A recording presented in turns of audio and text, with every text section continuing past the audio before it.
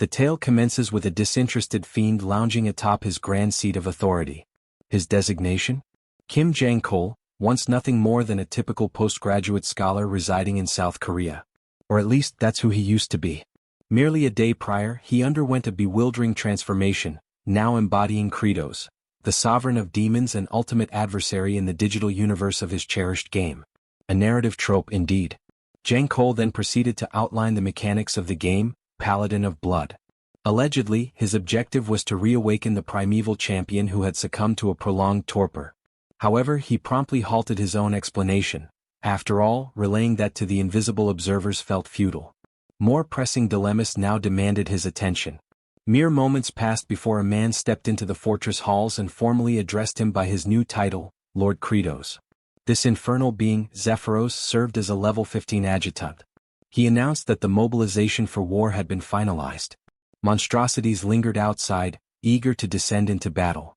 One in particular exhibited boundless enthusiasm.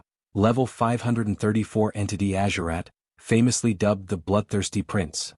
His intent was to quell their hunger through the spoils of the day's conquest. Alongside him stood the frigid sovereign Sergi, marked at level 531, who bore the sorrow of having been born into desolation, having endured the grotesque fate of consuming her kin. Her ambition, to forge an enduring legend.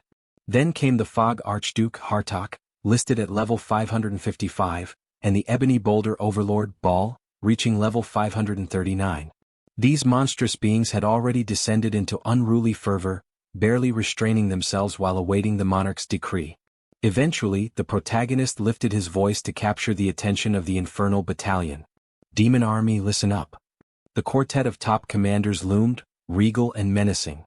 From this point forward, I, Kratos, order all demon folk. As he began to articulate his command, smoke billowed from his maw.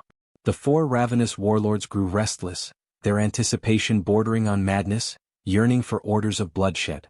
But then, with unwavering resolution and a gaze that could unnerve the heavens, Lord Kratos proclaimed that hostilities must cease, and instead, they would commence agriculture, start farming. Utter stupefaction seized the crowd. Disbelief erupted into uproar. Bedlam followed, naturally paired with feral outrage. Lord Kratos remained undeterred, persistently bellowing his new directive. Yet within the recesses of Jang-kol's consciousness, there was only one thought. They were absolutely terrifying. The notorious top four of the demon realm stood with jaws slack, speechless. Whether it was intimidation by his unfortunate countenance or sheer shock at the absurdity of the proclamation, it was hard to say. Regardless, Jang-kol was well aware of the ramifications that an actual war would bring within the game's mechanics. Elsewhere, in a distant location, someone appeared to be emerging from an unknown structure or dimension. Simultaneously, an alert from the game's interface surfaced, stating that the participant was embarking on his 20th iteration. A celestial beam illuminated the figure. That individual? A player with a staggering level of 9,990, identified as aged Kim Chi, a name that haunted Kratos as he was convinced this would be the one to end him. Strangely, there also seemed to be the odd implication that this formidable player might be clad in a gown. But before plunging into the imminent chaos, the narrative takes a step back, to the existence of our protagonist prior to being ensnared in the game's reality.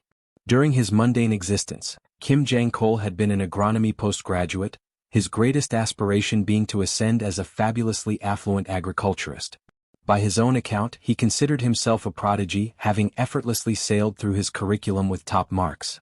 So distinguished was his academic performance that even his instructor lauded him, going so far as to commission him to draft a thesis on his behalf, of course, under the polite guise that it would greatly benefit Jang-kol's own scholarly advancement. Someone else requested his assistance on a separate endeavor, while another individual commanded him to till the soil. In the end, Yang Chul had essentially become the top-tier laborer. When fatigue finally overwhelmed him, he began to question the path his existence had taken. All the burden had fallen on his shoulders, while the professors reaped all the accolades. In frustration, he screamed his desire to eliminate all those insufferable individuals. His dopamine reserves were depleted, and he was spiraling into madness.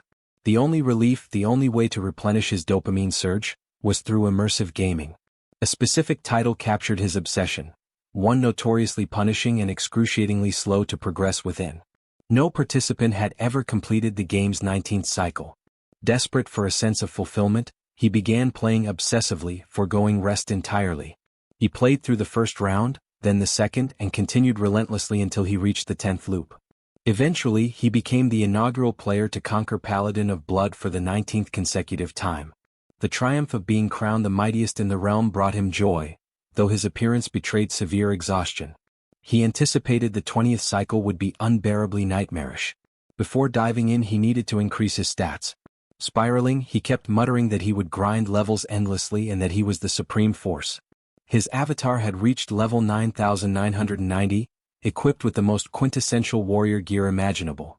Given that the ceiling was level 9999, he resolved to halt the grind there. It had taken him countless years to reach this pinnacle, and now the 20th campaign was about to commence. As he clicked the confirmation button, the screen burst into radiant brilliance. Puzzled, he questioned the phenomenon. His essence was being drawn into the display, it was pulled directly into the television. A flash lit the heavens. His soul accelerated at incomprehensible velocity. Although his physical form remained motionless, internally he was seized by panic. He urged himself to stay composed and apply his intellect. Observing that his form was now a cool blue hue, he deduced that he existed in spiritual form. He reasoned that upon descent he would not perish. Then, as he caught sight of the Tower of Life, a realization dawned: he had entered the game world. The name echoed in his thoughts: Paladin of Blood. He was stunned to find himself before the tomb of the Paladin. Elation overtook him at the thought of inhabiting his in-game persona, aged Kimchi, who was practically maxed out in level. He declared that his era of invincibility and overwhelming strength was about to commence. But as his gaze fell upon his character, resting in slumber, the mood shifted. His digital avatar was a muscular blonde man dressed in an enchanted girl ensemble, wielding a wand shaped like a winged heart. Upon witnessing this scene, a wave of realization crashed over him. He had no desire to morph into that. His soul veered off course. He had no clue where it was headed now. Then his vision settled on the Demon King, poised atop a throne. That too was not his intention. But in the present instant, he found himself occupying the form of the demon overlord. He muttered that the situation was driving him insane. His expression twisted with unease as he lamented the moment of idiocy. If only he hadn't entertained that foolish thought upon seeing aged Kimchi, he could have become the most dominant figure in the realm. Now all he felt was regret and foolishness. His attendant advanced down the corridor.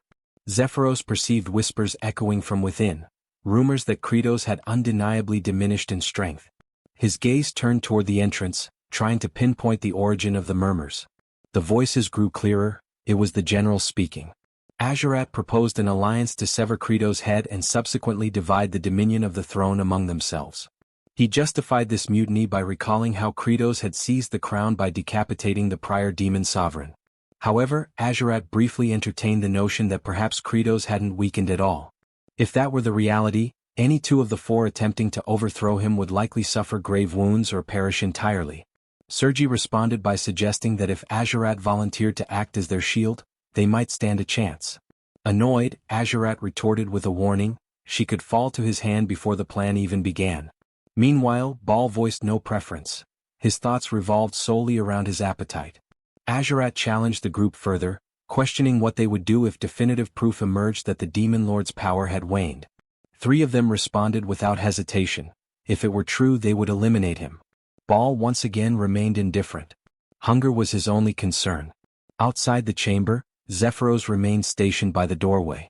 He relayed troubling information to Kratos. Morale within their forces had plummeted entirely. He elaborated that incidents of infighting and cannibalistic behavior among the ranks had escalated. Others had deserted the demon territory altogether without any declaration. Furthermore, he informed Kratos that the 4 supreme demon generals were livid.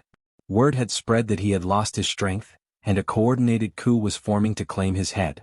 This revelation caused Kratos to shiver.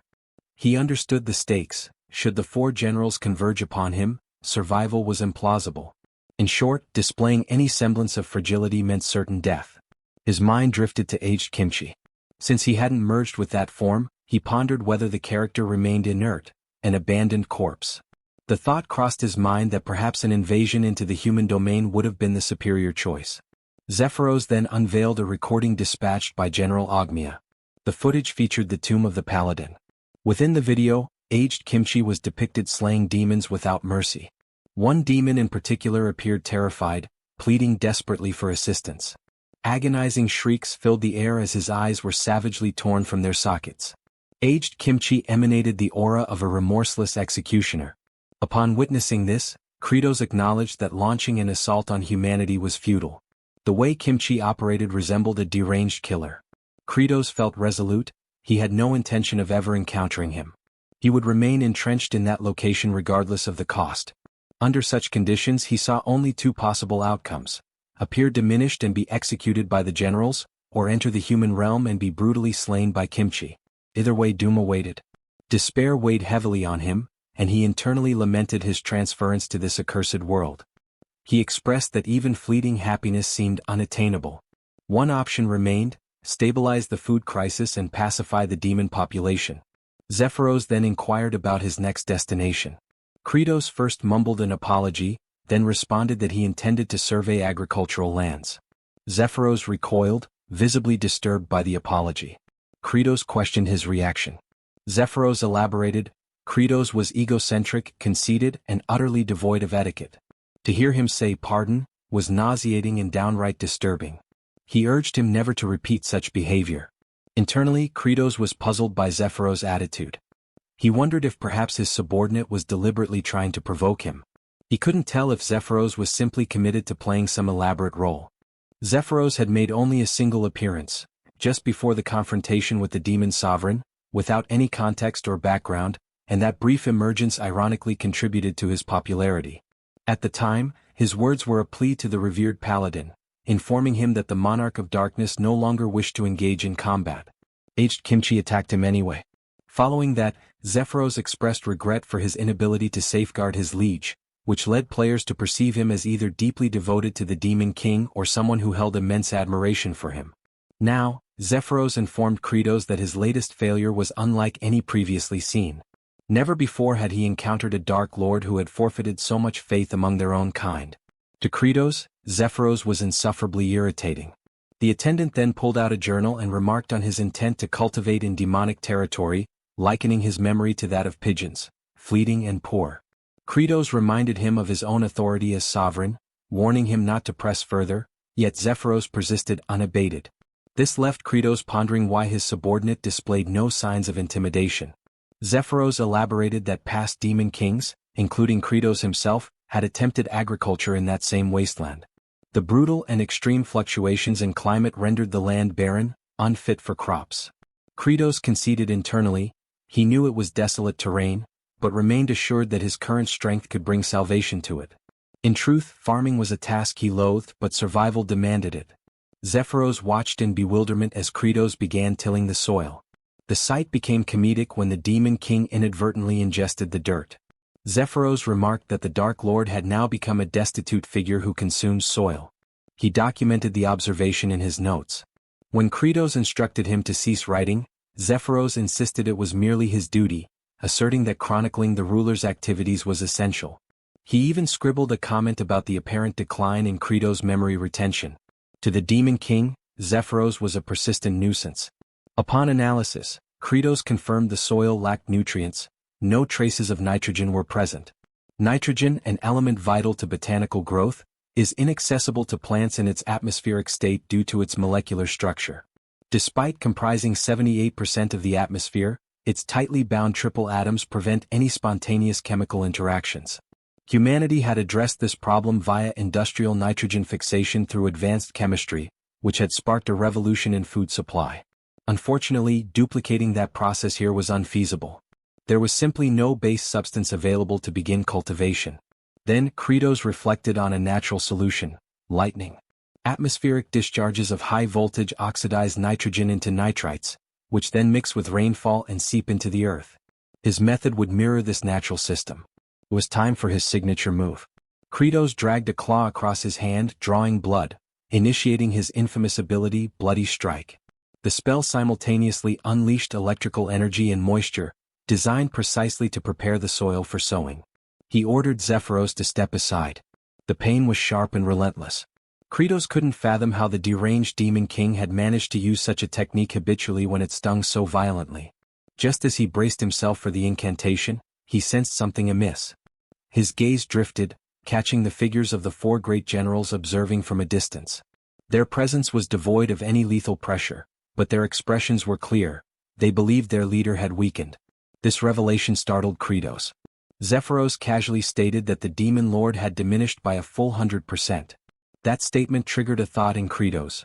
Perhaps Zephyros was no mere aide but a covert executioner, provoking him intentionally before finishing him off. Still, it seemed preferable to an inevitable death. Resolved, he cut his hand again and activated the bloody strike. The result? Nothing. Only blood loss. He winced openly, unable to mask the agony.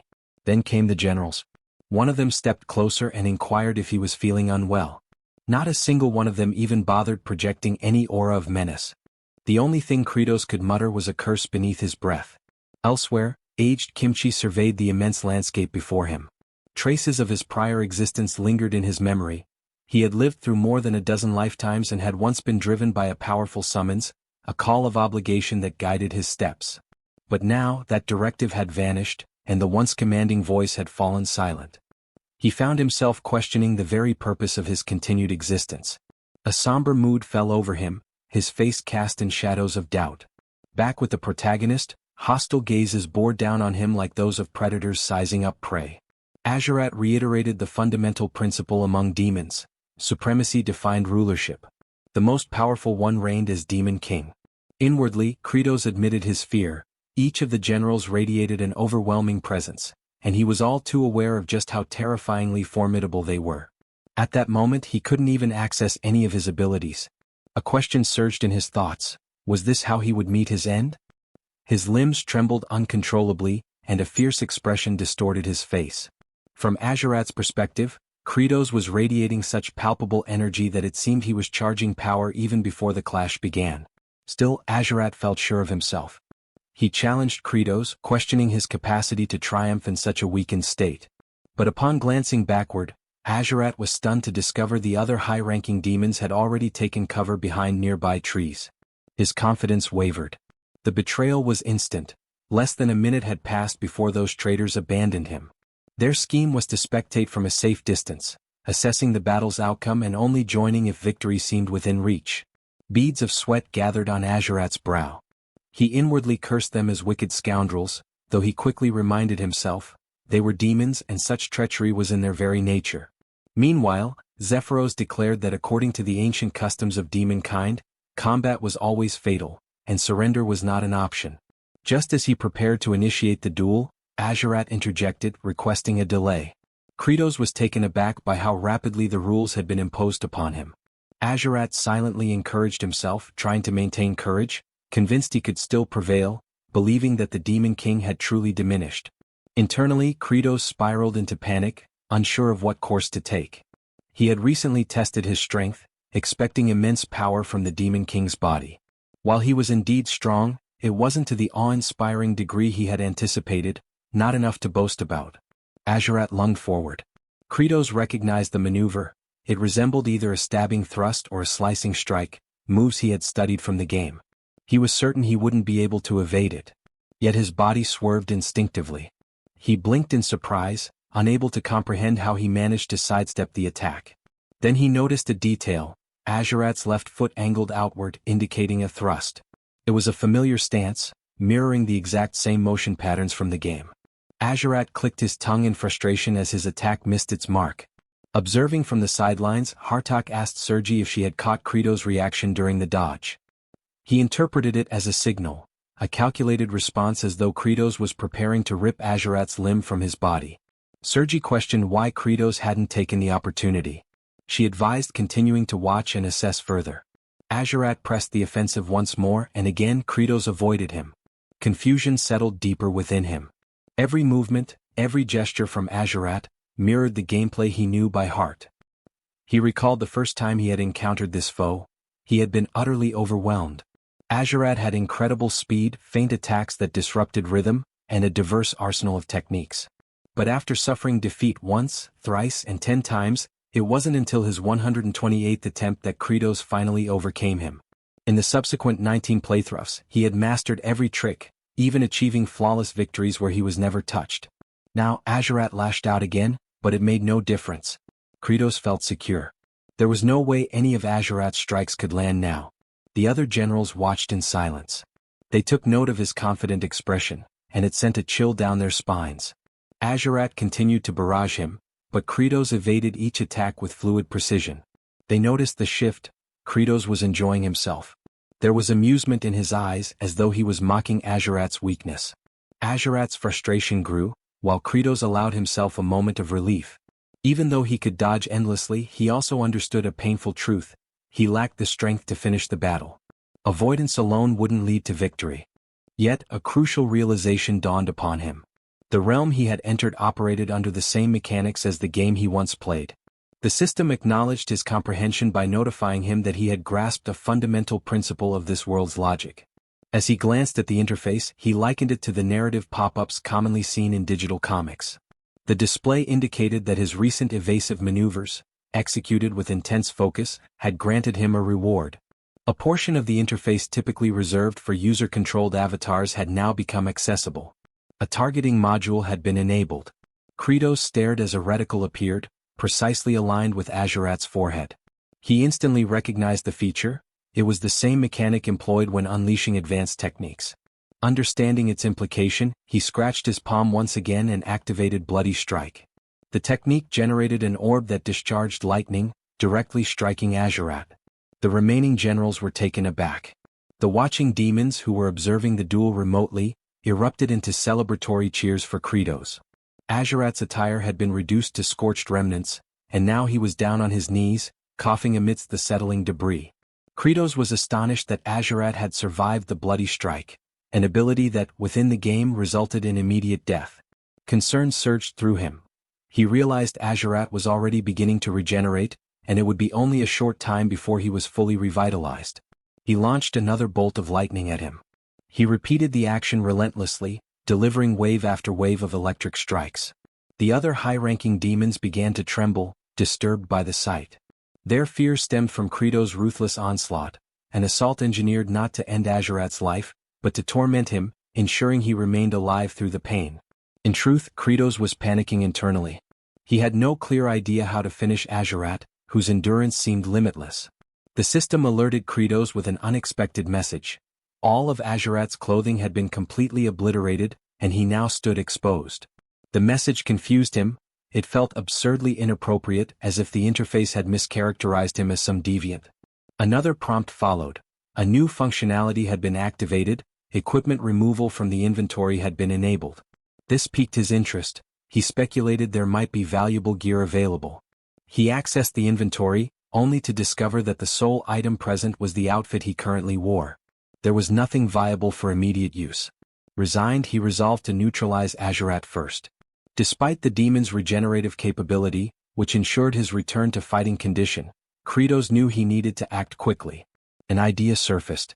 Since Azurat hadn't perished, he remained a valid target. By continuously deploying Bloody Strike, he could saturate the terrain with immense quantities of nitrogen, a strategy that would serve a dual purpose. He privately praised his own ingenuity. He assessed the expressions of the other generals, anticipating fear in their eyes. To confirm their intimidation, he issued a command to Sergi. He instructed her to restrain Azurat securely. Sergi interpreted the directive differently, believing it to be a calculated act to disgrace both herself and Azurat by binding a naked figure in such a degrading fashion. Nonetheless, Azurat was affixed to a cross. That was the initial step, constructing a conduit for the upcoming lightning barrage. Azurat remained unconscious while being positioned. Minutes passed before he stirred and declared his full recovery. He mocked Kratos, stating that his inability to kill with Bloody Strike proved his decline in strength. He vowed to decapitate him. But Kratos had moved on to the second stage. By executing Bloody Strike, he aimed to oxidize atmospheric nitrogen into nitrite. He instructed Hartok to envelop the entire area in thick fog. The haze needed to be so dense that moisture would drip freely. Hartok, interpreting the plan as a means of amplifying the torment, concluded that Kratos was enhancing the lightning's conductivity to increase the pain. He admired the inventiveness of the approach, admitting it was an enlightening experience. He complied, conjuring the mist. This was the third phase, diffusing the fog. The fourth phase followed, strike and repeat.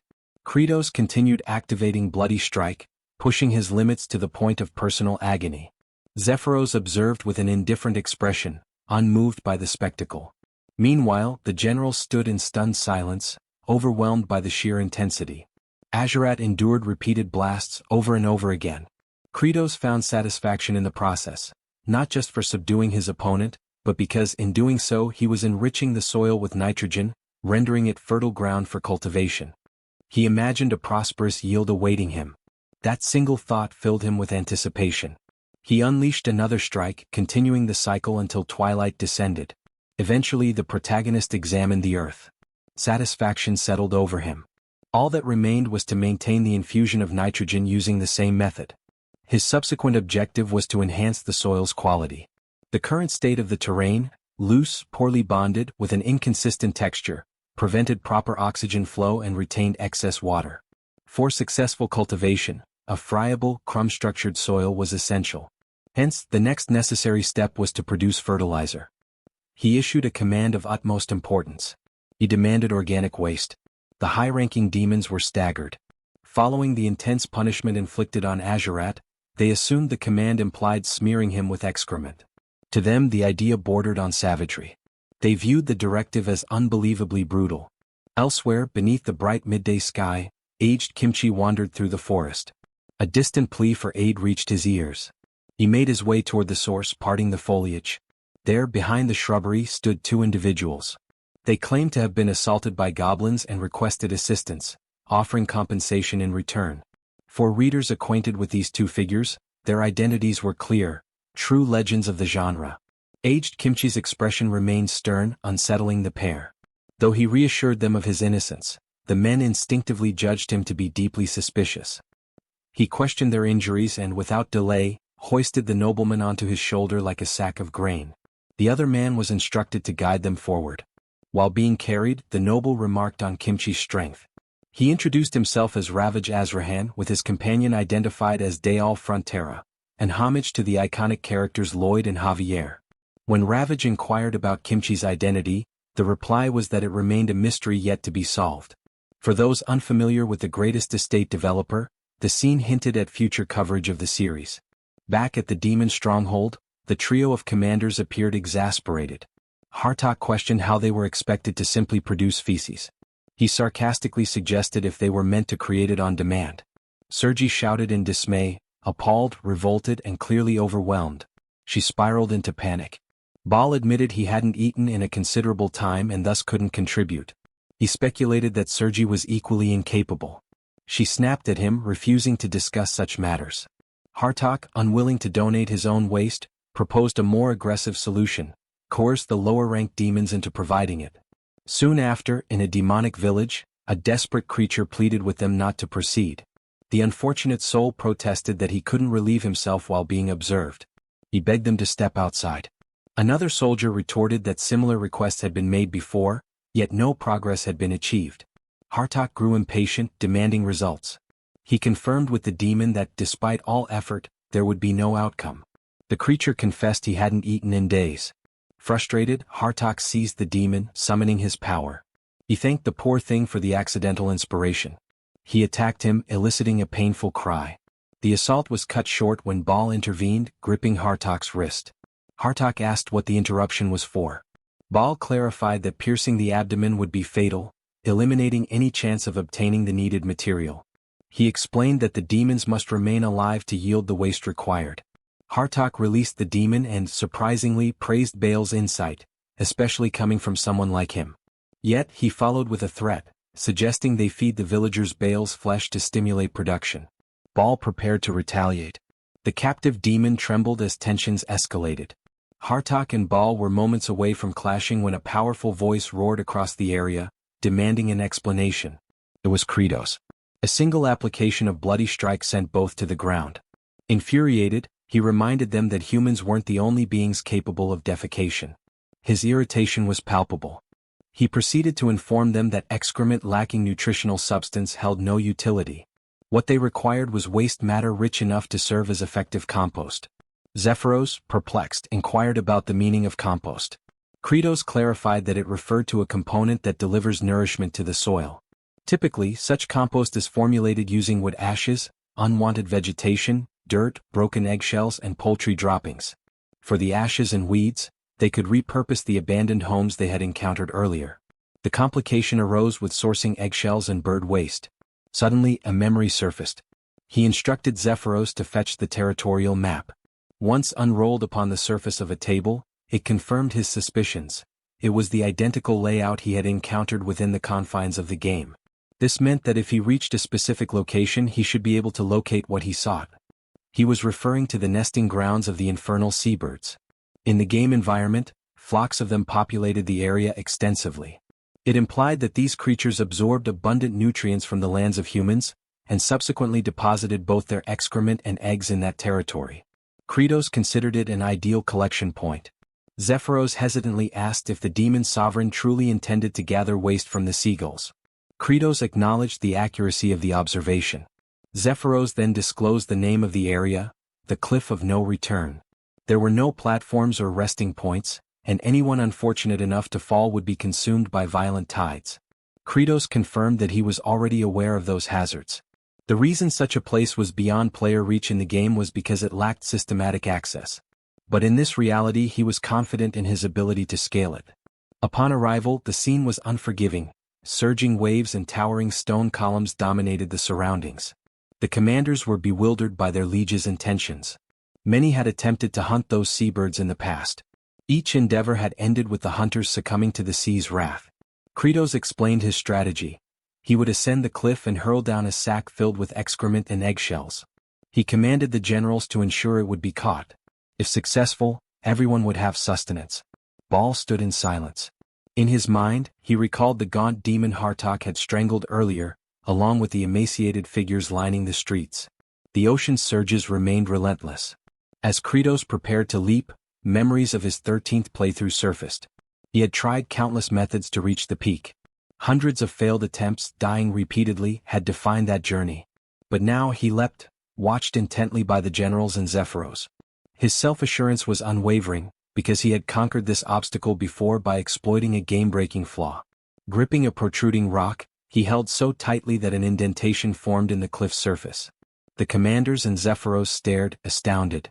Without delay, Kratos summoned his inventory and unequipped every article of clothing. The sight left them stunned.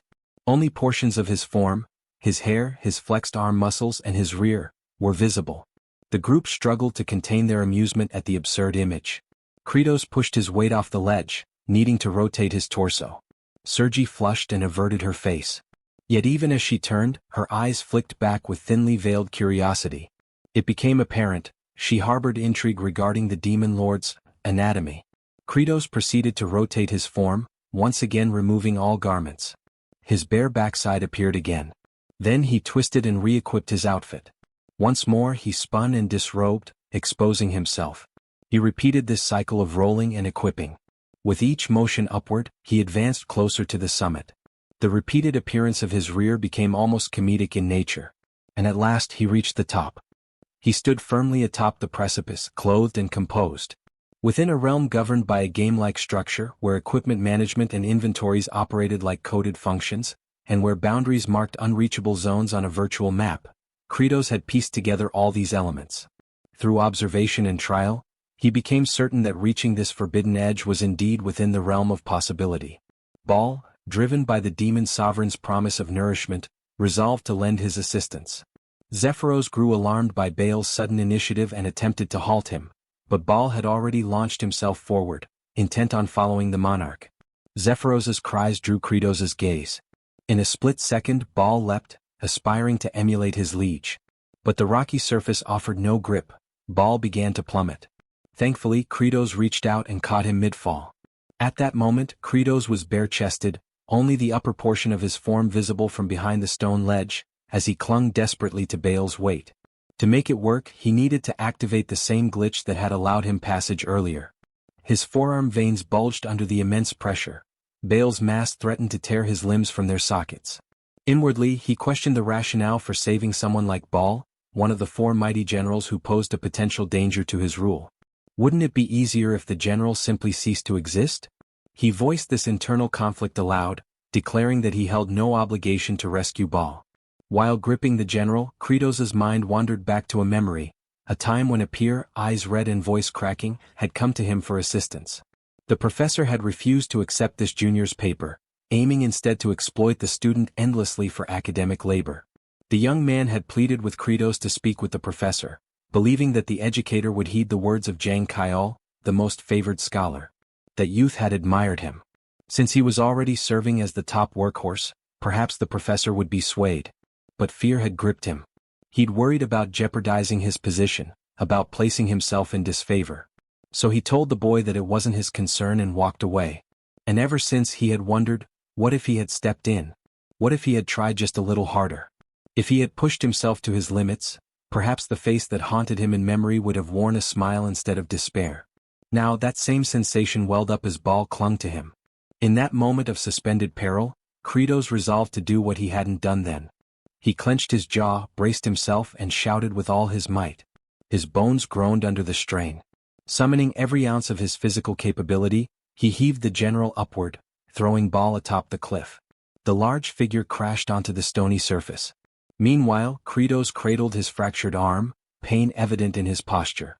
Ball, stunned, observed his sovereign's self-inflicted injury. The demon lord had risked his own well-being without necessity. Ball, overcome with emotion, questioned why. For a time, Kratos said nothing. Then, in quiet solemnity, he offered the reason. It was a choice that carried less pain than turning his back on those who relied on him and facing the regret of abandonment. Ball trembled. Moisture welled in his eyes. Within Kratos's thoughts, the act felt like redemption, something he should have done for that pleading junior. The regret of not assisting those in desperate need lingered in him, following him even across dimensions. At that poignant moment, a translucent system notification emerged. It stated that even while still not fully acclimated to the vessel of Demon King Kratos, he had exerted every fiber of strength. As a result, he had earned Baal's genuine gratitude, one of the 4 supreme commanders. Kratos became aware of the depth of that appreciation. To honor this milestone, the system activated a new feature. From now on, bestowing upon the army a shared sense of deep satisfaction would reward him with a substantial number of points. He reflected on the substantial quantity. The system promptly notified him that the happiness point, or HP, accumulation feature was now active.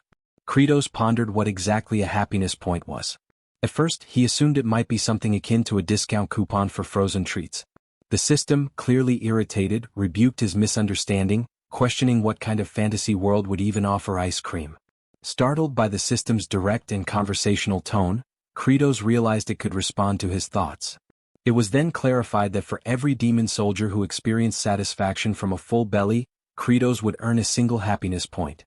These points could then be used to enhance his attributes. At present, Kratos had access to merely a fifth of the demon lord's total strength. This revelation explained his relative weakness in comparison to his subordinates. The system encouraged him to develop all 5 of his attributes and strive to unlock the demon lord's full capabilities. Curious to try the function, Kratos attempted to increase his stamina by 10%. A notification appeared, explaining that the cost for such an upgrade would be 50 happiness points, a steep price in his view. The system further revealed that abilities could also be upgraded. His current skill, Bloodstrike, was only at its first tier and required a hefty 250 points to level up. Realizing the large quantity of points he'd need, Kratos reasoned that through effective farming, he could steadily accumulate HP and thereby greatly enhance his strength and improve his odds of survival. In addition to this revelation, he received something else: gratitude. With a sly grin, he quietly enjoyed the rare feeling. From Baal's perspective, however, the expression worn by the demon lord was far from comforting. It seemed to communicate a silent threat, a reminder that a debt had been formed and defiance would not end well. To Baal, Kratos appeared as a ruthless leader, one who didn't save lives out of compassion. Shortly after, the demon sovereign lifted a large eggshell and summoned the others' attention. He declared his intent to fill the shell with organic waste and toss it toward them. The trio stood frozen in disbelief, entirely unsure how to respond. As promised, the demon lord launched the container, its contents flung toward the stunned group. The unexpected barrage caused uproar. They had no time to react. It was quite literally a storm of filth. The 3 generals were overwhelmed, certain they had reached their limits. Meanwhile, Kratos believed this was only the beginning. He demanded full dedication to agriculture. The essential elements of natural fertilizer, seabird droppings, fragmented eggshells, scorched wood remnants and properly tilled soil, needed to be blended thoroughly. He summoned Sergi for this task and instructed her to pulverize and combine the materials. Sergi was dumbfounded. The command seemed beneath her station. Despite her numerous limbs, which made her ideally suited for the work, she was incensed. Proclaiming her status as the frigid monarch, she armed herself, stating that her appendages were not intended for menial duties like compost preparation. However, the intense gaze of Kratos silenced her. He offered an alternative, a simpler task. He directed her attention toward Azurat, who still emitted faint wisps of smoke from the electric blasts he had received. All she had to do was remain in place. A straightforward job, no? Thus, the regal monarch of ice became an unwilling mixer of compost. Rumors suggested she remained in that role to this day. Internally, Kratos was close to losing composure. He reminded himself that these generals were all volatile, and one misstep could easily end in disaster. But then he reminded himself of his position. He was the demon sovereign. With nothing but determination and brute resolve, he would press forward. The next phase in producing the fertilizer had arrived, the application of moisture. He summoned Hartok and instructed him to saturate the air with mist. However, Hartok raised objections to this directive, arguing that the resulting humidity would intensify the already unbearable stench. He had no desire to carry out such a revolting command. Then Kratos revealed his trump card once more. His eyes landed squarely on Azurat. No one was eager to serve as a living conduit for electricity, so Azurat swiftly soared through the surroundings, dispersing dampness across the atmosphere.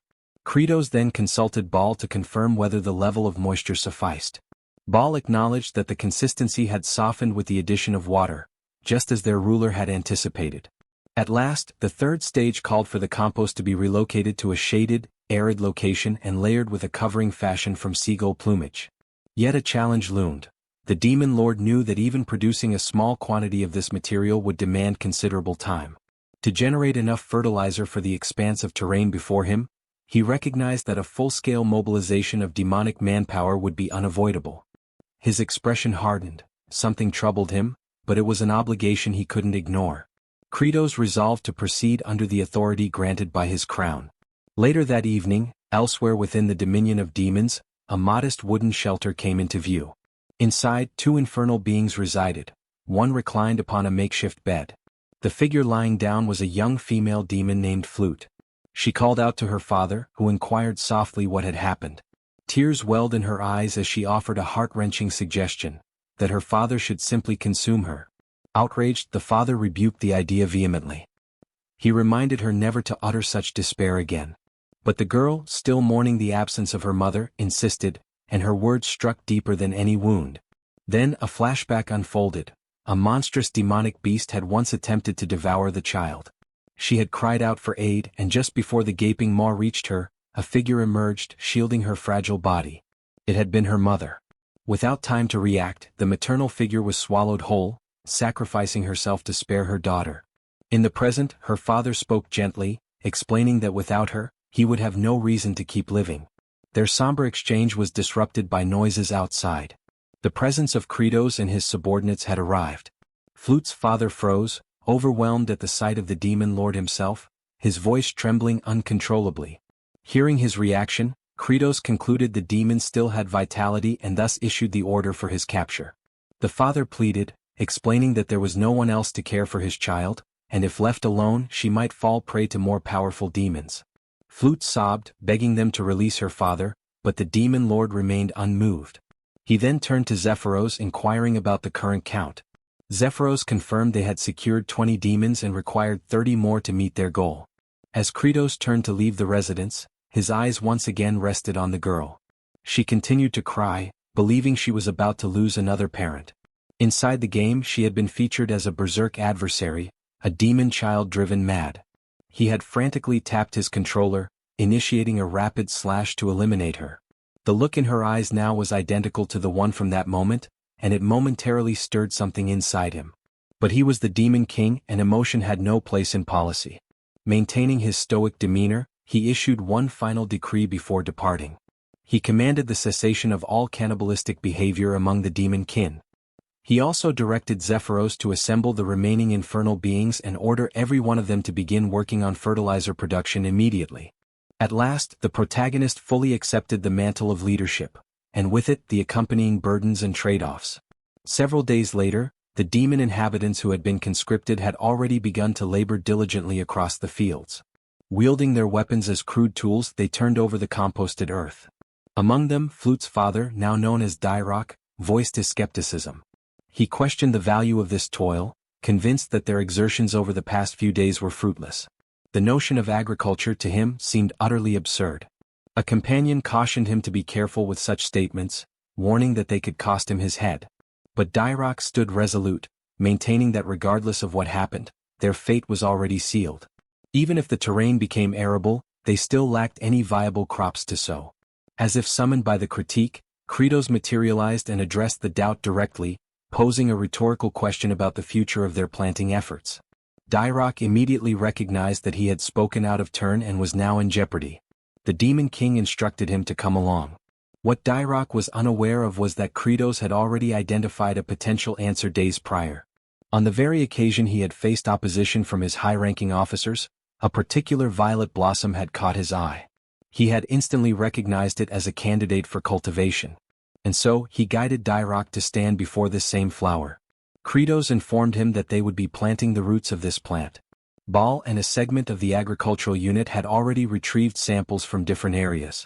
Dairock, now unnerved, humbly explained that the root of this flower was inedible, capable of inducing severe stomach agony, even fatal consequences. The demon sovereign then tugged the flower from the ground, stating plainly that this was the only resource at their disposal. The trial to determine its edibility should have concluded by now, he added. Dairock was stunned by the revelation. His composure nearly shattered.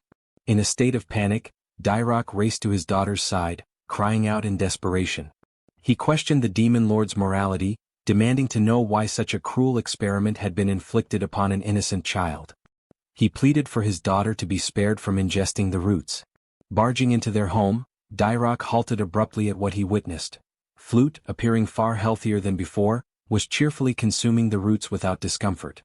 Dairock, trembling, asked in disbelief if she truly felt fine. Flute affirmed that she did. She also mentioned that both Zephyros and Baal had fed her the same food the previous day, and she hadn't experienced any ill effects. At that moment, Kratos re-entered the scene and inquired whether Dairock had now come to trust him. In the past, Kratos explained, there had been humans from a distant region who had also managed to transform this very toxic vegetation into a safe food source. They succeeded in growing it and overcame their hunger crises. With a wicked grin stretching across his face, the Demon King unveiled the truth, that this very plant was now recognized in the human realm as the potato. Flute looked up and sincerely expressed her gratitude, thanking Kratos for his compassion toward someone as insignificant as her. At that instant, a translucent prompt manifested before the Demon King. The system had taken note. A portion of the demon population was now content from being well-fed, and Kratos had earned his first happy point. The counter increment, 1 point added. A display showed the current tally of HP. Kratos was genuinely taken aback by the notification.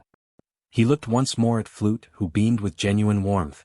Then a memory surfaced, a recollection from when he had been merely a player. It was that same Flute, rendered within the game, a naive demon child who had been coerced into doing terrible things just to survive. The image back then starkly contrasted with what stood before him now.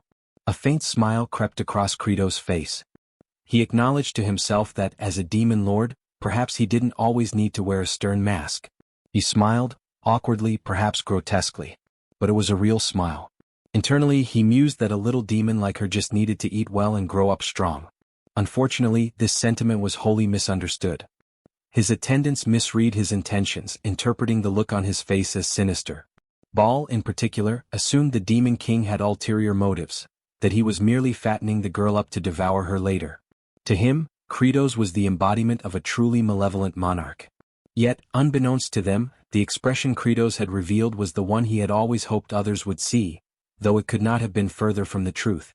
Following those events, it was revealed that the most remote location within the expansive dominion governed by the Demon Lord bore the name Chavain de Antier. The entire region was segmented into 5 distinct sectors, and this frigid expanse lay within the most secluded one. Temperatures plunged to icy extremes by nightfall, only to surge into sweltering heat during daylight, a climatic pattern reminiscent of the high-altitude terrain of the Andean Plateau. In historical accounts, inhabitants of the Andes often faced food shortages, leading them to consume wild tubers laced with toxins. But did such desperation lead to extinction? On the contrary, humankind exhibited a remarkable talent, the ability to transform harmful provisions into digestible sustenance. That very human ingenuity was now being emulated by Jeshiel, now recognized as Kratos, the reigning demon sovereign. Soon after, Dirac appeared and informed the demon king that the tuberous roots had already been positioned across the cultivated terrain. In response, Kratos instructed Baal to pulverize them. Without hesitation, Baal launched himself high into the air, landing with tremendous force to smash the roots beneath his immense weight. Under such crushing pressure, those potatoes stood no chance of remaining whole. Baal's task was far from over, as he would be repeating this action throughout the entire day. Kratos had devised a meticulous process. The roots were to be frozen under the cold night sky for 5 consecutive evenings. Then, under the scorching heat of the day, they would be softened and subjected to Baal's powerful impact. This repetition, freezing, thawing, pounding, would extract the poisonous content and allow it to dissipate. Once this cycle had been executed enough times, the remnants would be dried, preserved, and lightly heated for consumption. Thus was created the demon realm's version of chunyo, wild potatoes rendered edible through careful preparation. The narrative returned to Kratos, who summoned Zephyros and instructed him to assemble the group of demons assigned to fertilizer production. Wearing a wicked grin, the demon lord declared that it was time for a break, snack time to be precise. He anticipated that his underlings would savor the food. As distribution commenced, the demons formed a queue, awaiting their share.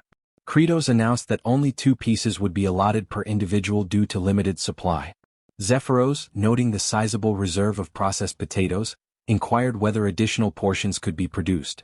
Kratos expressed skepticism, stating that the remaining quantity wasn't sufficient to nourish the entire legion. Instead of consuming all of them, he planned to replant the tubers, allowing them to multiply exponentially. Moments later, as the wild potato portions were distributed, hesitation filled the air. The farming squad looked uneasily at the unfamiliar food, memories of lost kin weighing heavily. Dirac stepped in, reassuring them that the Demon King had neutralized the toxic effects and that the roots were now safe for consumption.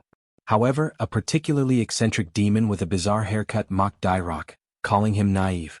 He gestured toward Kratos, describing him as a sinister figure who wouldn't distribute food without an ulterior motive, likely intending to poison them. Yet Dirac remained undeterred. He boldly took a bite of the food. All eyes followed his chewing, their tension growing until he casually swallowed it.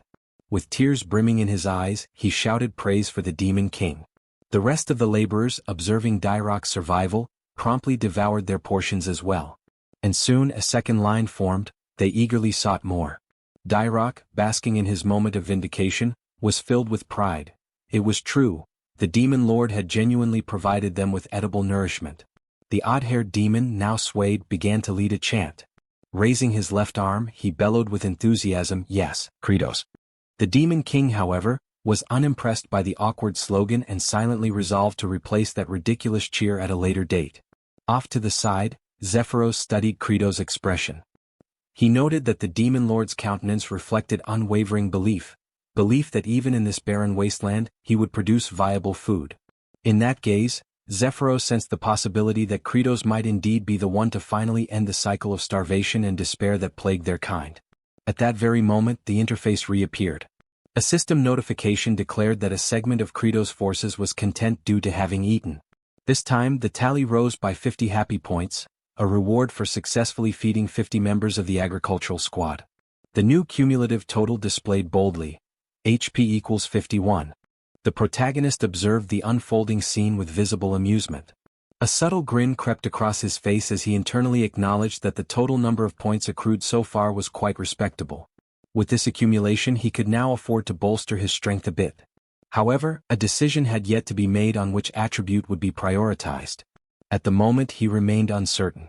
Perhaps it would be more prudent to continue stockpiling points for the time being. While he contemplated dividing labor between the fertilizer production group and the wild potato extraction team, Zephyros began to rally the attention of the field workers. The astute assistant had devised a plan to spread word throughout the village that a consumable crop could now be cultivated even in this desolate terrain. An incentive was offered: Any demon who unearthed wild potatoes would receive food coupons redeemable for chunyo.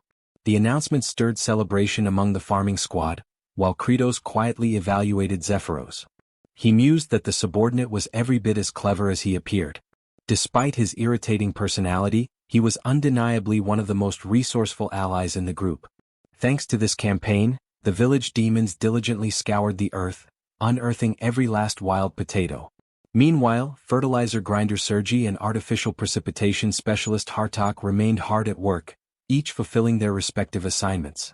Lastly, Aserat, still securely restrained, awaited his next relocation.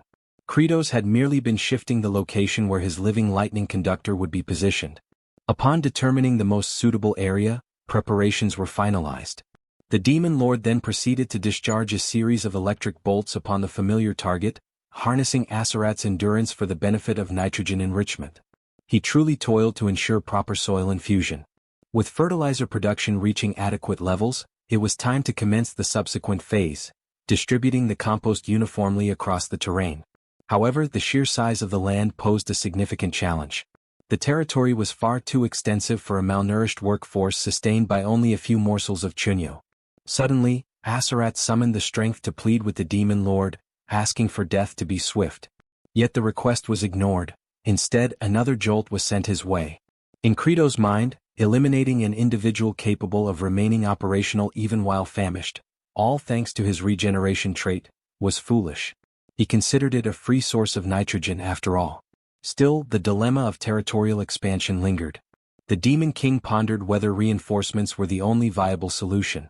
He had previously instructed Zephyros to send requests for aid to the Star Masters. In the message, Zephyros had penned a firm directive: all offensive actions must cease, and manpower should be redirected toward agricultural development. Although this appeal had been dispatched to every sector within the Star region, no replies had been received. Kratos found this worrisome. He even speculated whether the courier had perished from hunger before reaching any recipients. A serious problem loomed if farmland expansion could not proceed swiftly. Elsewhere, in the realm of the demons, the first star zone, named the Cliff of the Dead, harbored its own developments. A servant knelt before his superior, relaying a reconnaissance report. Demon Lord Kratos had genuinely begun agricultural operations and seemed to have succeeded in creating edible sustenance. The master of this domain sighed, attributing Kratos' actions to fear, specifically fear of himself. This sinister figure, one whose power amplified with each demon's demise, interpreted Kratos' agricultural efforts as a tactic to halt both warfare and famine, thereby slowing his own growth. This elderly, Zeus-like entity was Saruthal, overseer of the First Star region and commonly referred to as the Father of the Dead. It was disclosed that his subordinate had already intercepted and eliminated the messengers dispatched to the other star sectors. In essence, the appeals for aid had been silenced, reaching no one beyond Saruthal's domain. The ruthless overlord was resolute: demons must perish from starvation. Only then would their corpses serve as nourishment for him and his forces. Saruthal declared his intent to exterminate Kratos and claim the demon throne for himself. He issued a critical mission to his adjutant, Fikimir. The order was simple yet grave: annihilate every vestige of Kratos' agricultural progress. With an ominous tone, Saruthal formally proclaimed war. Fikimir, ignited by the opportunity for conflict, bristled with excitement. Back at the location of the designated living lightning conductor, Aserat shuddered as a biting gust swept through the area. Fikimir eventually disclosed his presence. He remarked that Kratos was exceptionally cruel for reducing Aserat to a breathing husk, merely to serve as a deterrent to others. He then reassured Aserat not to fret, explaining that his superior, Saruthal, appreciated his fierceness and would gladly welcome him once Kratos was eliminated. Fikimir summoned his elite unit, phantasmal entities known as wraiths. With manic enthusiasm, he bellowed a command to obliterate the barren land beyond repair. The spectral soldiers lost no time and gleefully embarked on their destructive rampage. One of them stumbled upon the compost scattered across the ground, and in his typical cluelessness, Fikimir instructed them to fling the waste across the terrain, cackling in delight. He reasoned that the enemy might attempt to reclaim and reuse the manure, so it should be evenly distributed to prevent retrieval. With blind zeal, the wraiths dutifully worked the material into the earth, dispersing it so thoroughly that no visible traces remained. Fikimir's unhinged laughter echoed, while Aserat watched the ridiculous display with an expression of disbelief and silence. He could only exhale in resignation. He recalled Credo's exact instructions about finely grinding the manure and mixing it deep into the land. Ironically, this very task was now being accomplished by Fikimir, who remained blissfully unaware of his contribution. In Aserat's mind, a lingering question arose: what exactly are these fools trying to accomplish? The following morning, just before sunrise, one wraith commented on the endless nature of their assignment. Nevertheless, his peers remained tirelessly committed to their labor. When he voiced his complaint, he was promptly scolded for slacking. They operated under the belief that if even a single corner remained untouched, the Demon King Kratos would transform it into farmland. The indolent wraith then questioned why Wraith number 2718, notorious for his laziness, was especially diligent on that day. The numbered wraith confessed to his typical slothful tendencies but noted that something felt different this time. Observing the meticulously worked earth, he admitted feeling pride, as though he had contributed to something meaningful. The lazy wraith was left dumbfounded. After clicking his tongue in annoyance, he declared that he too would be a fool for the day. He resumed tilling beside the others. Unexpectedly, the scene took a turn. So focused were the wraiths on their exertions that they lost track of time. When dawn broke, they had failed to retreat, and all perished beneath the morning sun. Yet they passed with contentment, gratified by their efforts. The once empty fields were now cultivated with purpose. All phantoms in the expanse had faded, except for Fikimir. With tears welling in his eyes, he mourned his comrades, proud of their dedication. He silently wished their souls would find repose and wondered with solemn anticipation how Kratos would respond to their unintended accomplishment. Elsewhere, within the barn where the harvested potatoes were stored, Kratos could be heard murmuring about how tilling had taken more time than anticipated. Gazing at the dormant vegetables, he explained to Zephyros that potatoes in such a state wouldn't sprout, rendering immediate planting ineffective. He likened the condition to a tuber peacefully resting underground, abruptly yanked out by its stem, thrown into shock and left biologically frozen. Deep in contemplation, Kratos considered that dormancy could be interrupted more rapidly by storing the potatoes at 4 degrees Celsius for 2 to 3 weeks before transferring them to a warmer, darker location. He intended to request Sergi's aid in cooling them with her frostborn magic, but she was fuming with rage at present. Hartok likewise was currently unreliable. Kratos knew that provoking both simultaneously could be perilous, so an alternative solution was necessary.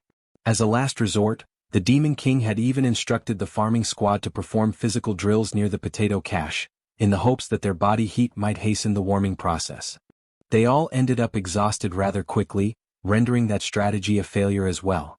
Thus the issue remained unresolved. Left with few alternatives, Kratos resolved to head over to the farmland and attempt whatever measures he still could. His focus narrowed to at least enriching the earth with nitrogen. A short while later, Kratos stood silently before the completely turned and fertilized soil. The ground had been thoroughly tilled and integrated. The pungent odor hung thick in the air, so intense that Aserat lost consciousness from the fumes.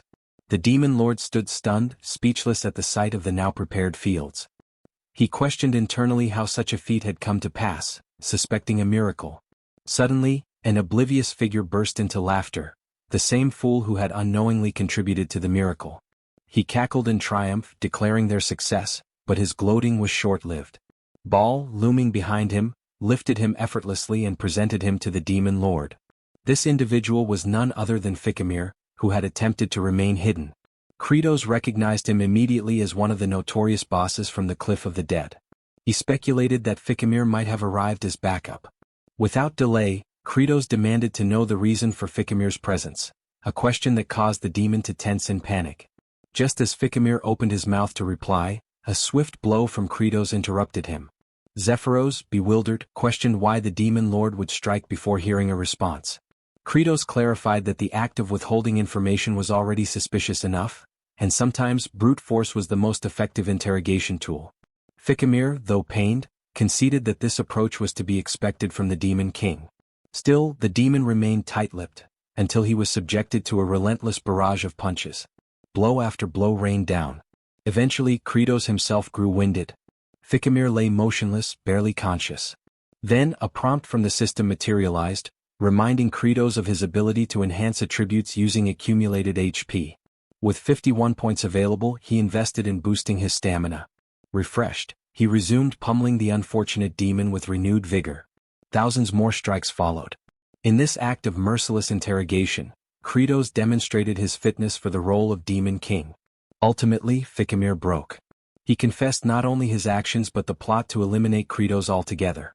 The scheme traced back to Saruthal, who had deliberately severed the flow of reinforcements. The goal was to grow stronger as more demons starved.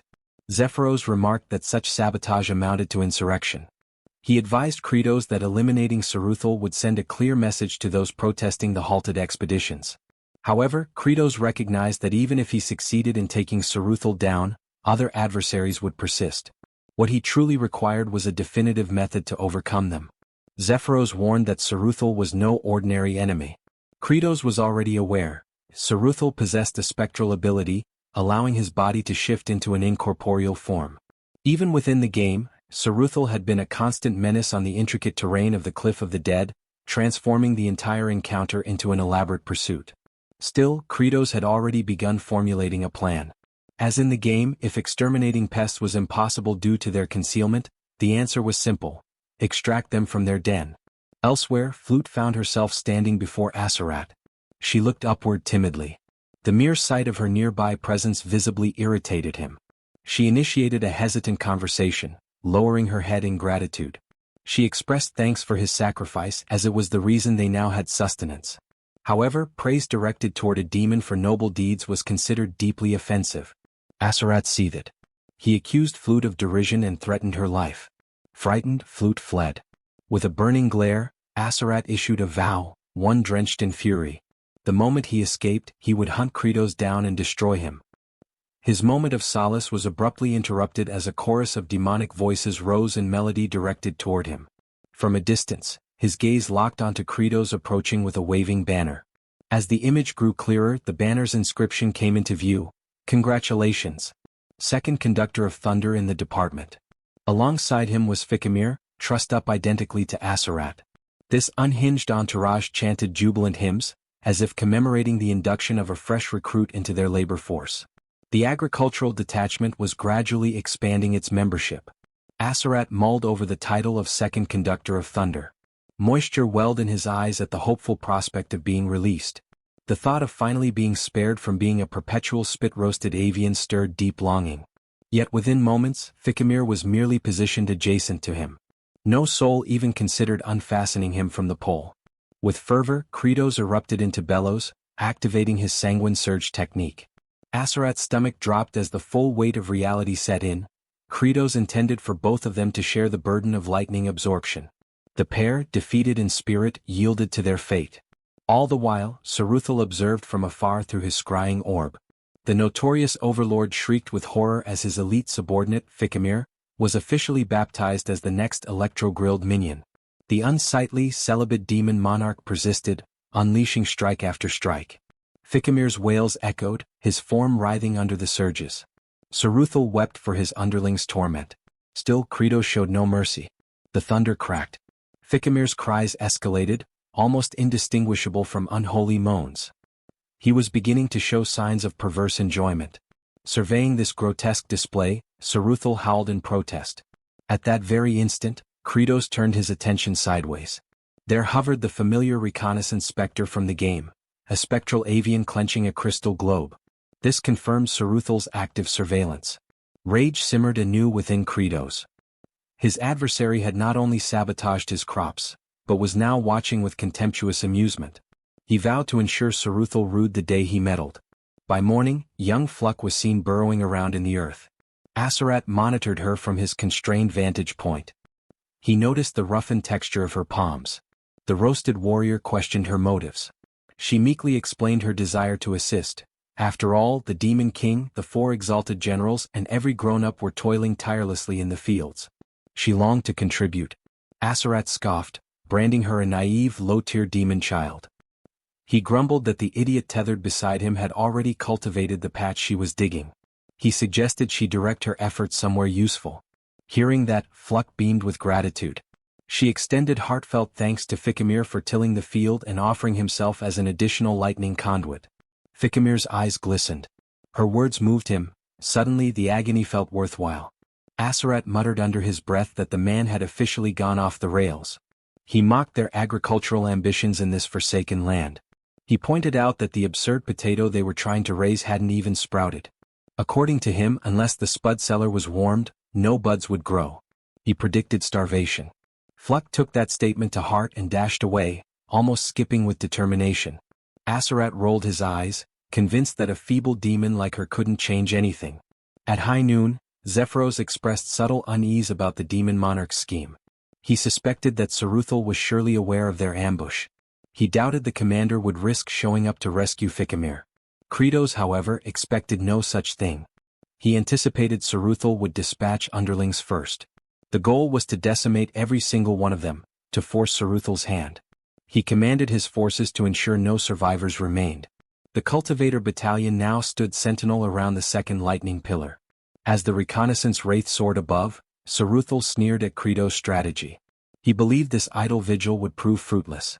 While admitting it was unfortunate for Fikimir, Saruthal remained fixated on one objective, crippling the harvest.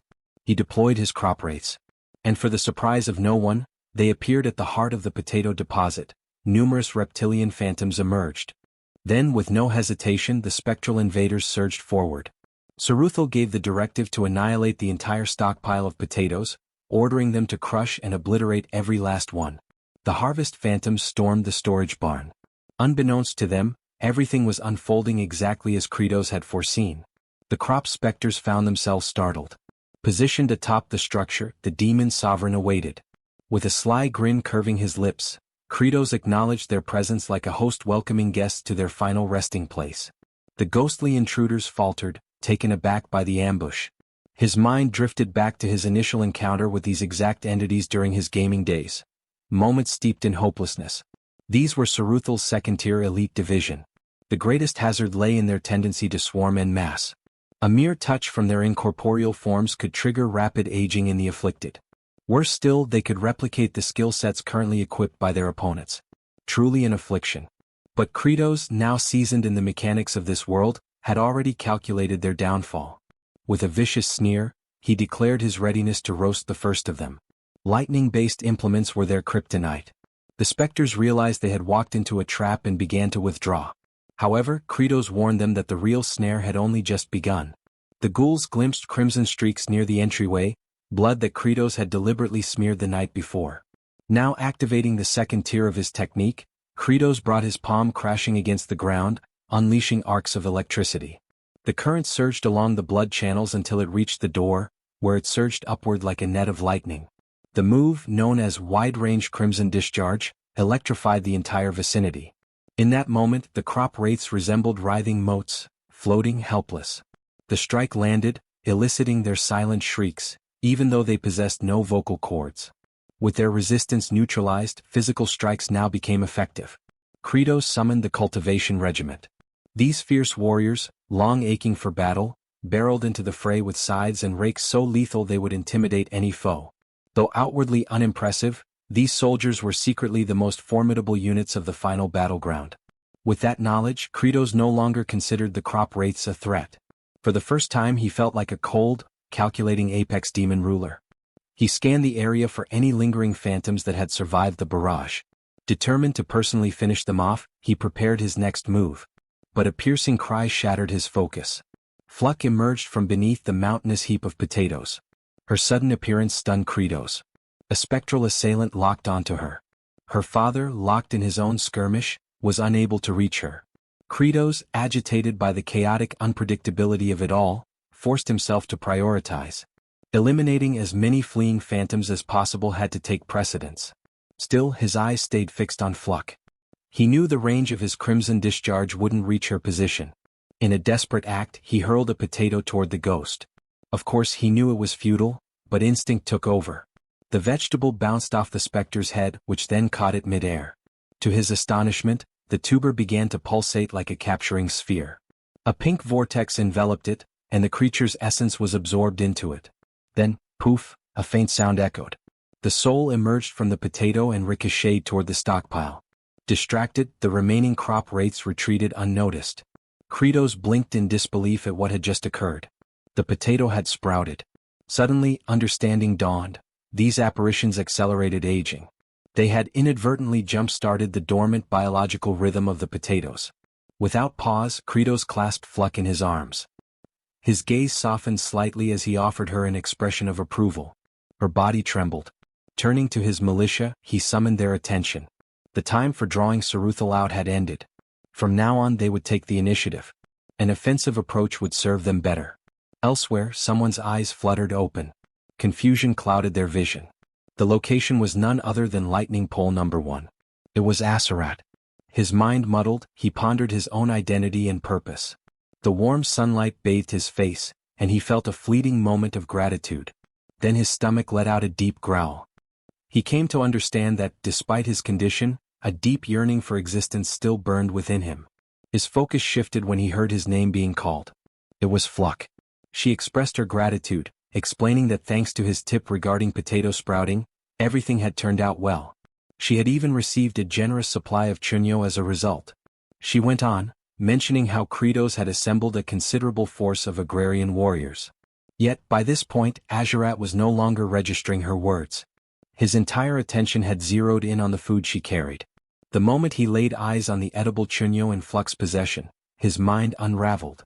Overwhelmed by hunger, he fixated on the meal. Aware of his craving, Fluck attempted to feed him by tossing a piece his way. Unfortunately, the morsel struck him square in the eye. Letting out a sharp groan, he threatened the child in irritation. Apologizing, she tried again. This time, she launched 3 pieces simultaneously, hoping at least one would land correctly. One chunk successfully entered his mouth, while the other 2 landed on his eyes once more. Despite the pain, tears welled up in his eyes, not from sorrow but from the sheer flavor. As he chewed, the delight overwhelmed him. At that moment, a notification arrived for Kratos. A member of his demon legion had experienced joy. 1 happy point was added. His cumulative total now stood at 302. This puzzled Kratos slightly. With the latest batch of recruits who had eaten chunyo, the total should have been 300 demons and Fluck. He couldn't quite figure out the identity of the extra source of happiness, but ultimately dismissed the thought. More points only meant more power, and he intended to conserve them for the upcoming raid on Saruthal. Rousing his troops, he ordered the cultivation warriors to press forward. With fervent energy, he rallied them in the name of a prosperous yield. Hours passed until they reached the threshold of Sarathal's stronghold. Saruthal, foreseeing the assault, instructed his minions to sever the rope bridge. As the bridge collapsed, the phantoms mocked the approaching demons, ridiculing them with jeers. Their amusement didn't last long. Without hesitation, Kratos lunged across the chasm. Panic swept through the wraiths, until they realized he had miscalculated. He was plummeting. The phantoms erupted with laughter, calling him brainless for attempting such a reckless leap. Then the laughter died. They spotted fragments of his form embedded into the cliff face, once again with his posterior exposed. The ultimate glitch maneuver had been activated. The spirits flushed, blushing in discomfort. Slowly, Kratos began his ascent, turning once, turning again, revealing his backside with each twist. His expression remained grim and menacing. With a few more contortions, the demon lord reached the top. The specters, thoroughly unsettled, groaned in disgust. Kratos then gestured toward Zephyros, signaling the next phase of the operation. Zephyros gave a subtle nod in return. Kratos bolted inside. As per his calculated tactics, the food wraiths were expected to fear the potatoes. But by charging in unarmed and alone, he increased the odds they would fall for the trap. As predicted, Saruthal dispatched his food wraiths, believing the demon king lacked the cursed tubers. Any contact with him would be their triumph. The spectral attackers surged forward. Kratos initiated a concealed maneuver, his so-called quantum leap. A glitch-based strategy now branded with an impressive name. Once more, his frame merged with the terrain, his posterior protruding as before. Then he vanished. The wraiths, unnerved, muttered about the bizarre nature of his movements, wondering when he gained the ability to phase through solid matter. They sensed him overhead. Lunging, they managed to grab hold of him. Victory seemed imminent, until he disappeared yet again. This marked the 19th occasion on which Kratos had executed this plan. He had memorized every crevice of the terrain. Having visualized the entire battlefield by combining all areas of enemy spawn from the game, he stood dead center, surrounded entirely by the food wraiths.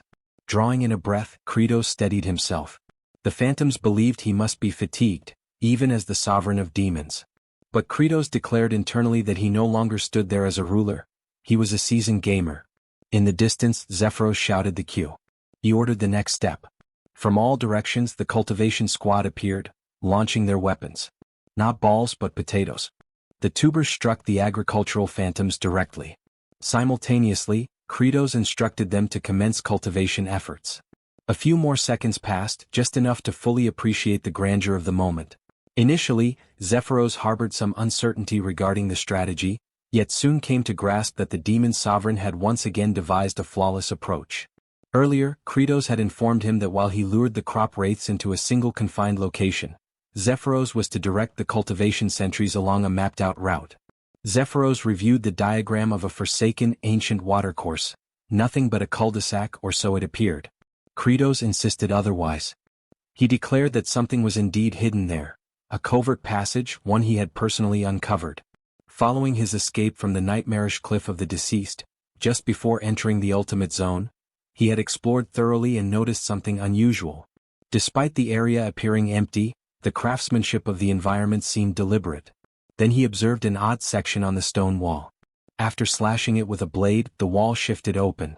That's how the areas had been linked. The hidden corridor bridged the battlefield where the initial confrontation with Saruthal had occurred and the cavern deep beyond. At first, he hadn't been able to access it until he cleared the surroundings. Only then could he claim the elixir of metamorphosis. If such an artifact existed in the real realm, he was advised to retrieve it. The elixir was a distillation of numerous fallen fleshly souls. It could only be ingested once, with its exact effects unknown. Back in the present, the field hands rejoiced as they gathered the sprouted spuds.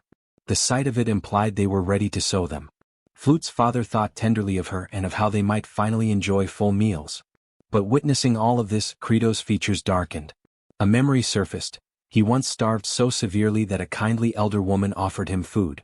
She had even promised a hearty supper if he could just hold out a little longer. The next thing he remembered, an ambulance was parked nearby. That thought soured his expression. With that grim recollection fresh, he declared a statement that caused the workers to cheer. Anyone who interfered with their long-awaited nourishment would be utterly annihilated. Just then someone called out to the overlord. It was Baal, announcing his readiness to assist against Saruthal. Kratos, however, ordered Baal to focus on carrying the provisions.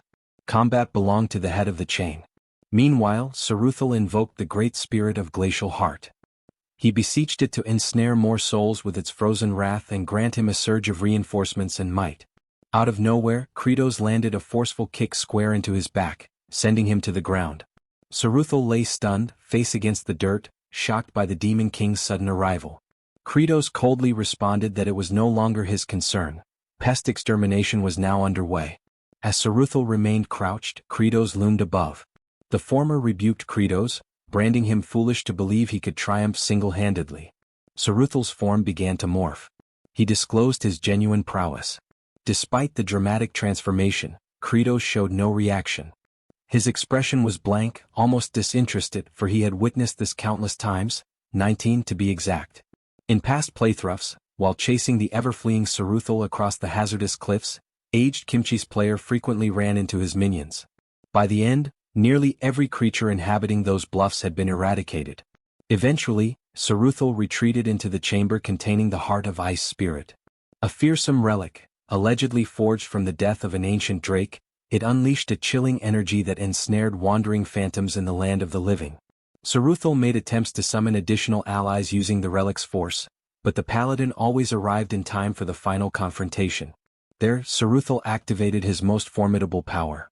He conjured a whirling gale, signifying his acceptance of Kratos' formidable nature. Gradually, the vortex assumed shape, an exact replication of Kratos himself. Saruthal was convinced this was the key to victory. Kratos knew all too well what was happening. Saruthal's signature ability allowed him to flawlessly duplicate his adversary's attributes and embody them. That was the climax of the encounter. At that moment, Saruthal possessed identical statistics to Kratos' own character, which were maximized to their limits. With staggering offensive capacity and a near-untouchable evasion trait, even a single misstep meant instantaneous defeat. Nonetheless, the attributes that Saruthal replicated were from the current demon monarch Kratos, whose prowess was no longer as formidable. Saruthal lunged forward. Simultaneously, Kratos received a prompt to utilize his HP to acquire various attribute enhancements.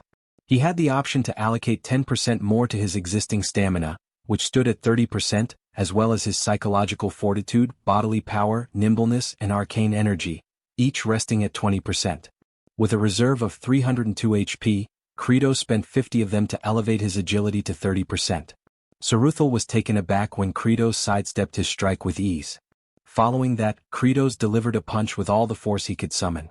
Another 50 points were consumed to boost his brute force from 20% to 30%. He met Saruthal's clenched fist directly with his own. The impact prompted Saruthal to cry out in pain, bewildered as to how Kratos remained unscathed. Kratos retorted that cultivating land also required intellect. Enraged, Saruthal attempted to unleash the bloody strike technique, but Kratos had already invested 50 points to amplify his magical force, raising it to 30%, and another 50 to augment his mental endurance to the same level. Both unleashed their lightning-based abilities. Saruthal was caught by surprise as his spell backfired, and he was struck by his own electrical discharge. The so-called Zeus impersonator began to liquefy, reduced to a viscous pool. His form now resembled that of gelatinous goo. At that moment, Kratos was informed that he had expended his HP to elevate all of his core attributes to a uniform level of 30%. Then, a notification appeared. His development quest was now fulfilled. As a consequence, a fresh ability had become accessible. Summon Farmer's Throne, which required 100 HP to unlock. This throne, a clear homage to Game of Thrones, was armed with an array of sturdy agricultural instruments. Kratos found the timing fortuitous, as he was in need of superior equipment. Even as a puddle, Saruthal still had the ability to speak. He addressed Kratos, questioning whether he believed the battle had concluded. Kratos responded in the negative. He was well aware that all second-phase encounters had a follow-up transformation.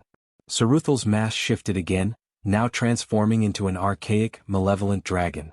He claimed that this was his true origin. Kratos was stunned.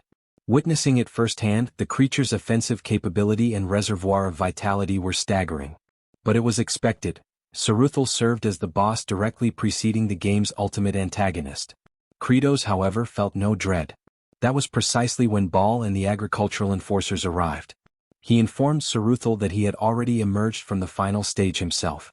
Then he issued a challenge. What could Saruthal possibly do now? Saruthal froze. Overwhelmed by the sight of reinforcements, he began to panic. He pleaded for a conversation to negotiate. But his appeal came too late. The farm enforcers stormed toward him, impelled by their yearning for a successful yield. They unleashed their accumulated frustration on Saruthal for disrupting their tilling. Saruthal begged for leniency. Kratos recognized that he could overcome Saruthal through direct combat, but the entity's capacity for speech and motion gave him pause. It didn't feel right to destroy it with his own hands. Still, he observed that his comrades were too malnourished to land efficient strikes. They had been battering Saruthal for some time now, yet he refused to perish. He contemplated a more effective tactic. Kratos activated the Summon Farmer's Throne skill, draining 100 HP and leaving him with just 2 points. A beam of verdant luminescence descended from the heavens, slowly lowering the throne.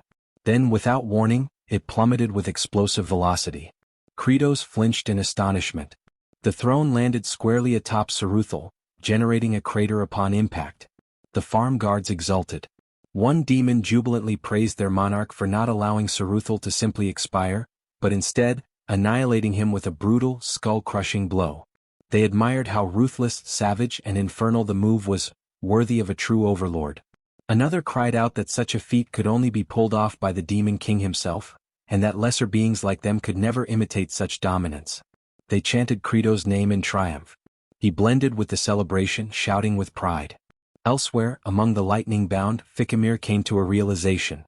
With his superior defeated, he now understood that it was time for his own ascension. By now the entire farmland had been cultivated. The purpose of Lightning Rod number 2 had been fulfilled.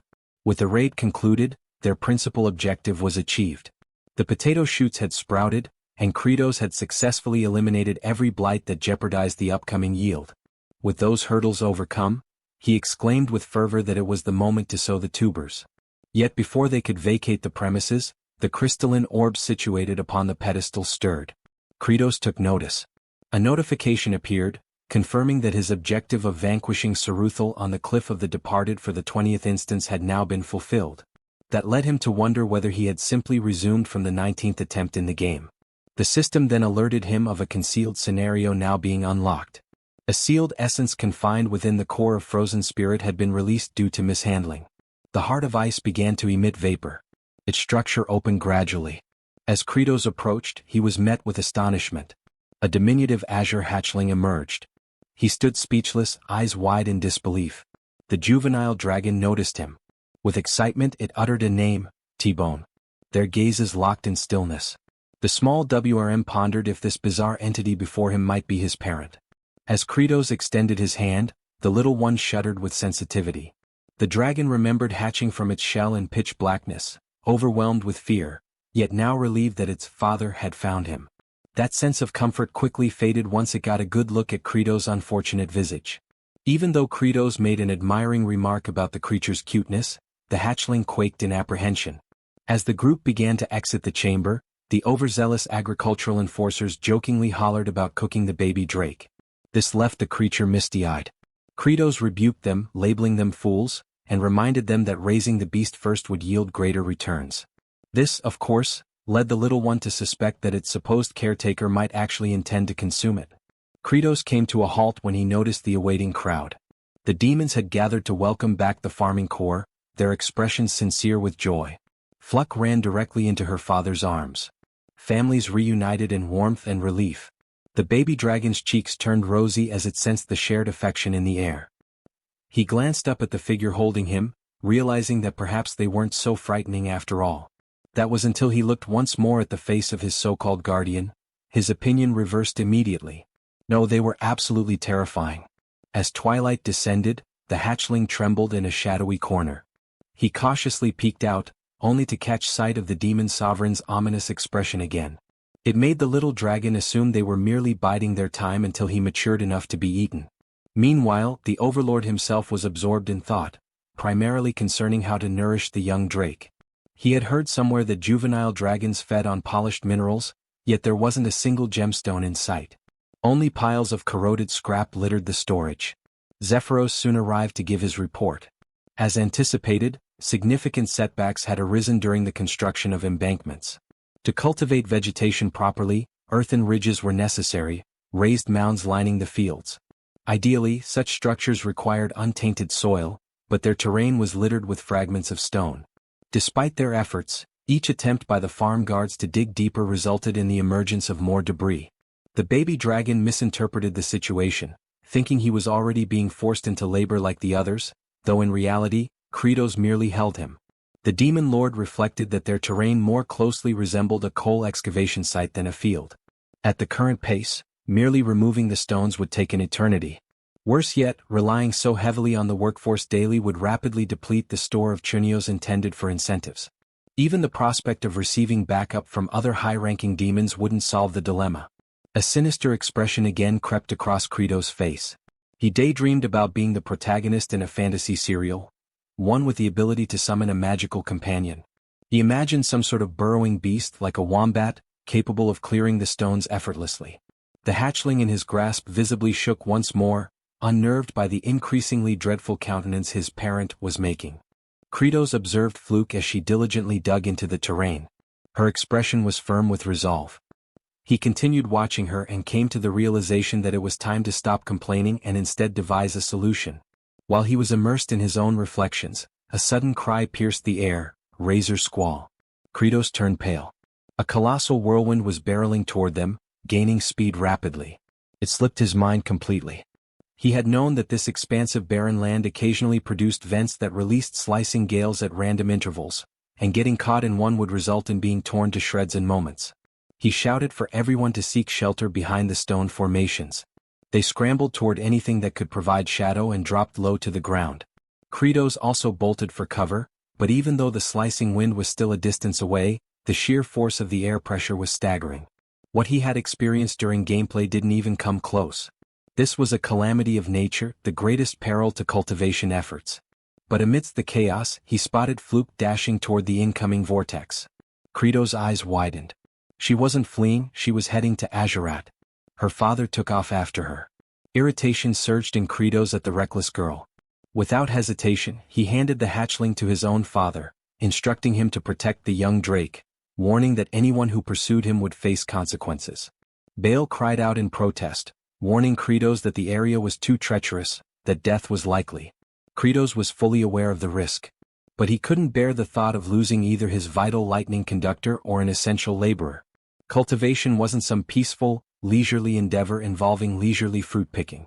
Fluke, struggling, attempted to move the pole, but her efforts were fruitless. Azurat shouted for her to abandon the attempt and escape. In Kratos' mind, he likened both agriculture and survival to waging war. He yelled at the child to step aside, then drove his foot into the stake, shattering it. Azurat let out a piercing scream as he toppled, smacking the ground face first. The demon sovereign's cheek was sliced open. Fluke, though lacerated across her body, continued attempting to untie the restraints. Azurat insisted the knot was one of the binding types, so tight not even one of the 4 heavenly generals could release it. He was adamant she wouldn't succeed and told her again to retreat. Fluke gasped in shock as she was abruptly lifted. Kratos had hoisted both her and the stake. The young WRM could sense the sheer exertion of strength. It knew its guardian was no paragon of durability. Blood poured from Kratos' wounds as he let out a roar and sprinted with all the energy he could muster. The tiny Drake, understanding the toll on his caretaker's body, gazed in astonishment at how far the Demon King was willing to go for others. The bladed wind storm drew near. Kratos ran, leaking crimson from his injuries as the storm approached with unrelenting speed. Eventually his body gave in. He collapsed, clutching Fluke tightly in his arms. The pole slipped from his grasp as he hit the dirt. The baby dragon flapped toward his guardian. He now perceived him as a benevolent being. The hatchling inched closer, then inhaled deeply and cried out the name T-Bone at the top of his lungs, unleashing a torrent of glacial wind. It clashed directly with the approaching razor storm. Kratos sensed the violent wind current diminish. He concluded the young dragon had utilized its cryogenic breath to disrupt the upward drafts fueling the vortex. Meanwhile, the tiny creature continued its effort. Despite its small frame, the dragon released a remarkably potent blast of frigid air. At that moment, Kratos resigned himself to his fate, understanding that such a feat might be overwhelming for a hatchling. The shredding wind loomed ever nearer. But then salvation arrived. 3 demons raced to their aid. Fluke's father lifted Kratos, Zephyros swept up Fluke, and Baal carried Azurat. Alongside the infant dragon, they fled from the deadly storm, exerting every ounce of speed and strength they possessed.